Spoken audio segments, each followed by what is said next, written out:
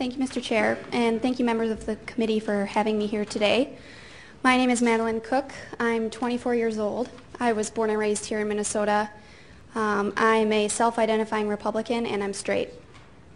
I'm here today because I'd like to give you my perspective and the perspective of most people I know who are a part of my generation, political party, and sexual orientation on why adding a constitutional amendment that would ban same-sex marriage is not only wrong on a moral front, but also takes our party in the wrong direction for future generations of Republicans. You'd think that as a Republican, I'd be on the other side of this issue. But I'm here today because I don't believe that equal rights for same-sex couples or anyone is a partisan issue. In fact, I'm not in this chair today because of a relationship I've had with a gay brother, sister, friend, or relative. To be honest, before I became a part of this movement 3 years ago, I didn't even have a gay friend. Instead, I'm driven by something else, an ideology, one encouraged by my peers, that tells me that this is not the direction our state or our nation should be headed. In fact, amongst my generation, there's no doubt that equal rights for all Minnesotans is absolutely necessary for the good of our state. In other words, it should not be the focus of efforts to achieve political gain or debate.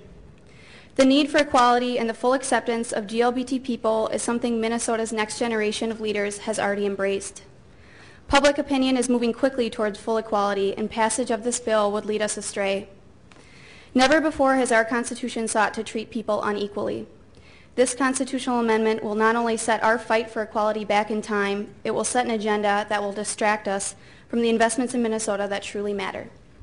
So, as a young person who hopes to live here the rest of my life, I ask you to vote no on these policies that will enforce inequality and provide my generation yet another reason to doubt the political process.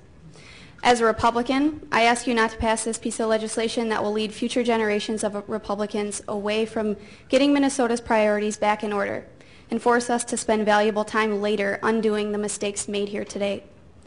And finally, as a straight person not driven by anything but ideology, I'd ask that you not let me down as my representatives by putting your own personal beliefs and benefits in the way of equality. Please vote no on these bills. Thank you. Thank you, Ms. Cook. Next testifier that I have is Bishop